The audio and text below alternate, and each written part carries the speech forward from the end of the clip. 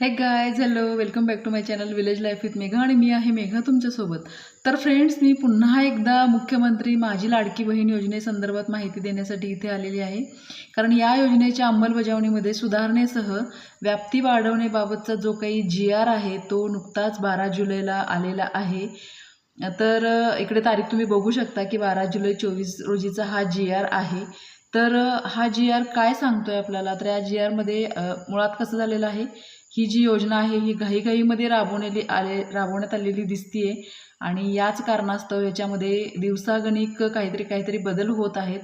आणि ते आजचे बदल काय आहेत तर ते मी तुम्हाला सांगते इकडे.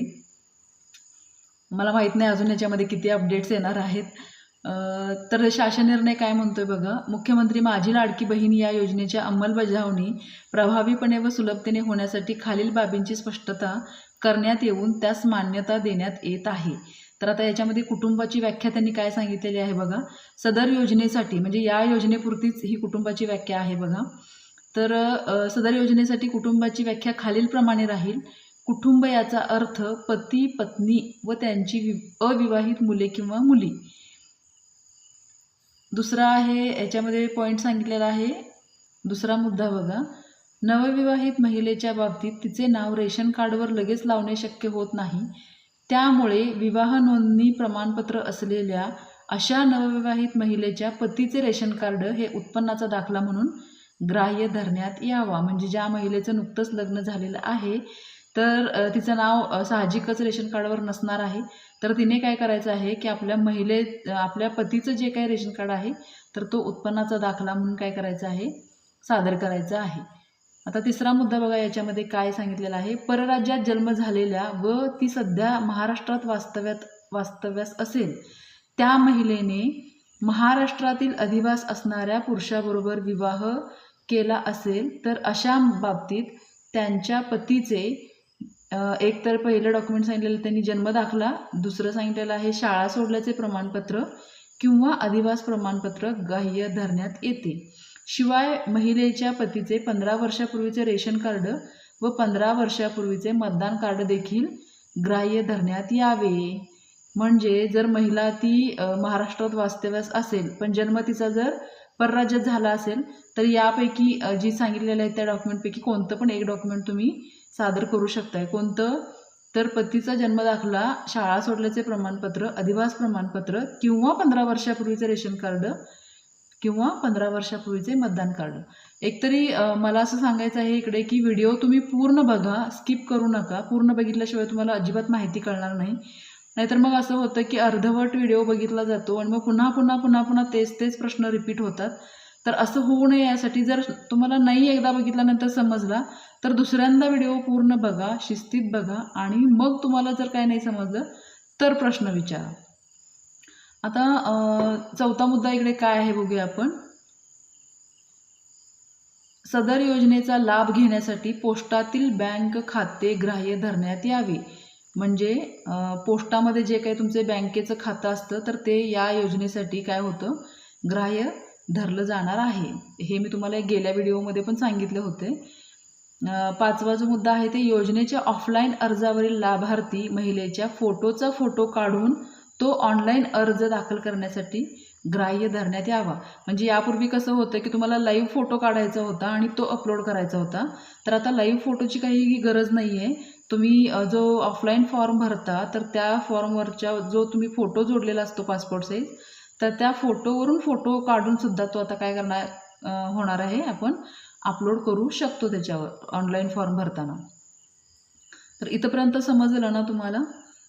तर आता पुढचा मुद्दा बघा, 6वा. सदर योजनेअंतर्गत नागरी व ग्रामीण भागातील बालवाडी सेविका, अंगणवाडी सेविका, NULM यांचे समूह संघटक म्हणजेच CRP, मदत कक्ष प्रमुख व CMM, आशा सेविका, सेतू सुविधा केंद्र व आपले सरकार सेवा केंद्र यांना पात्र महिलांचे अर्ज भरून घेण्यासाठी प्राधिकृत करण्यात येत आहे. म्हणजे इथून पुढे तुम्ही जे काही हे फॉर्म आहेत ते आता हे जे काय सांगितलेले अंगणवाडी सेविका, तुमच्या CRP ज्या असतात म्हणजे बचत गटाच्या ज्या तुमच्या CRP असतात उमेद अंतर्गत असलेल्या, तर त्या CRPंच्याकडे सुद्धा तुम्ही हा काय करू शकता, फॉर्म भरू शकता. आणि आशा सेविका सेतू सुविधा केंद्र आपले सरकार सेवा केंद्र इकडे आता त्यांना पोर्टल उपलब्ध करून देण्यात येईल, तर तिकडे तुम्ही काय करू शकता, हा फॉर्म भरू शकता. 7वा मुद्दा बघा काय आहे.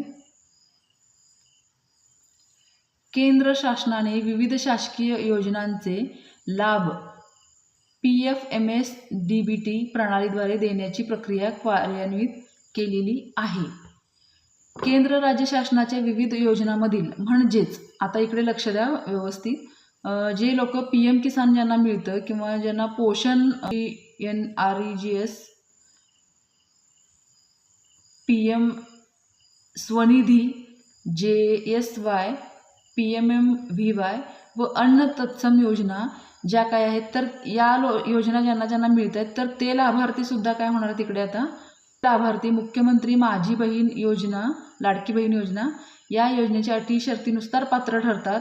म्हणजेच या वरच्या दिलेल्या ज्या काही योजना आहेत त्या योजना जरी तुम्हाला चालू असली आणि तुम्ही बाकीचे जर क्रायटेरिया जे काही दिलेले आहेत तर त्या तुम्ही पूर्ण करत असाल तर तुम्ही सुद्धा या योजनेसाठी काय होणार आहात, पात्र ठरणार आहात.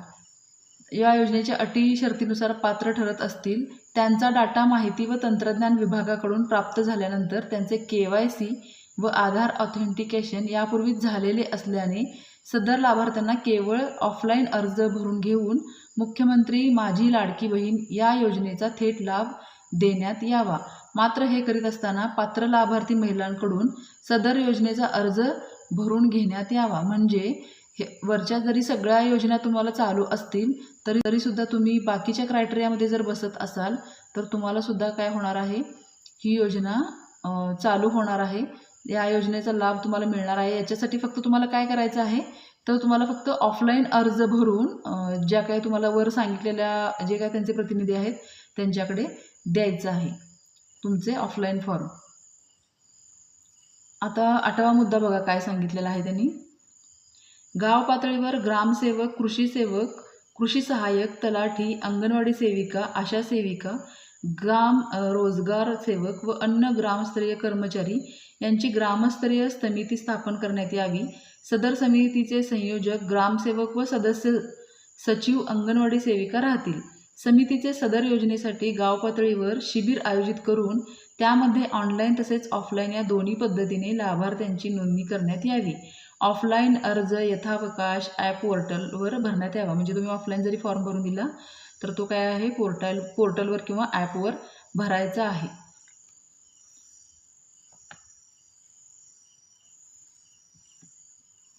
आता 9वा मुद्दा बघा काय आहे.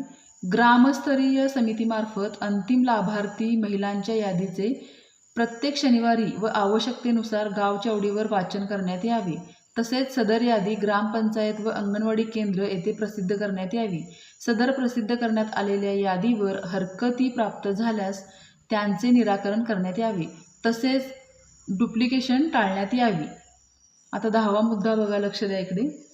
शासन निर्णय 5/7/24 अन्वये मुख्यमंत्री माझी लाडकी बहीण योजना या योजनेच्या अंमलबजावणीसाठी अ व ब वर्ग महानगरपालिकामध्ये वार्डस्तरीय संरचना असल्याने या महानगरपालिका क्षेत्राकरिता तालुकास्तरीय समितीऐवजी वार्डस्तरीय समिती गठीत करण्यात आली आहे. सदर समिती आता अ व ब वर्ग महानगरपालिकापूर्वी मर्यादित न राहता सर्व महानगरपालिका क्षेत्रात वार्डस्तरीय समिती गठन करण्यात यावी.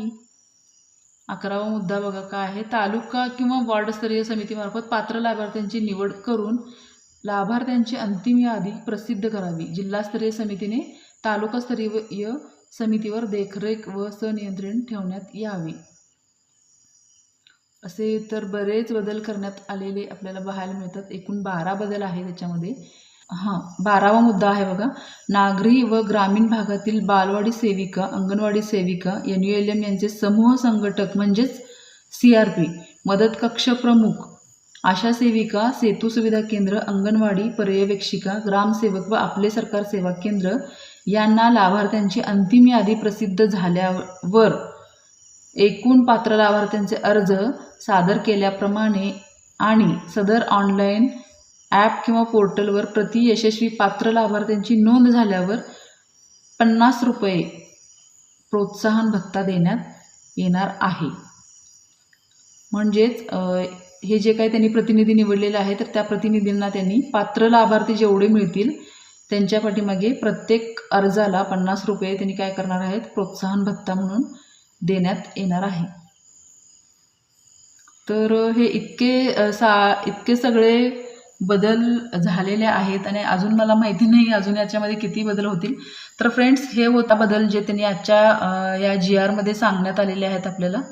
तर याच्यामध्ये बघा, तुम्ही व्हिडिओ एकदा म्हणता दोनदा बघा, व्यवस्थित बघा, समजेपर्यंत बघा आणि जर पुन्हा काय नाही समजलं तर मग प्रश्न विचारा. क्वेश्चन असा पण आला होता एका भगिनीचा की त्या म्हणत होत्या की जेव्हा मी अशा अंगणवाडी सेविकांच्याकडे फॉर्म भरायला जातो किंवा भरलेला फॉर्म द्यायला जातो तर त्यावेळेला त्या म्हणतायत की जिकडे तुम्ही कॅफेमध्ये फॉर्म भरला असेल तरच आम्ही तो घेणार, अन्यथा आम्ही घेणार नाही. तर असं त्या करू शकत नाहीत. याचं कारण असं की जे ॲप आहे ते शासनानेच पुरवलेलं आहे, त्यामुळं शासनाने त्या ॲपवर भरायला सांगितलेलं आहे आणि शासनाने सांगितलेल्या ॲपवर माहिती भरल्यानंतर जर फॉर्म तुमच्याकडे येत असेल तर तुम्ही त्याला नाही म्हणू शकत नाही. तर फ्रेंड्स, पुन्हा भेटू लवकरच पुढच्या व्हिडिओमध्ये. तोपर्यंत नमस्कार.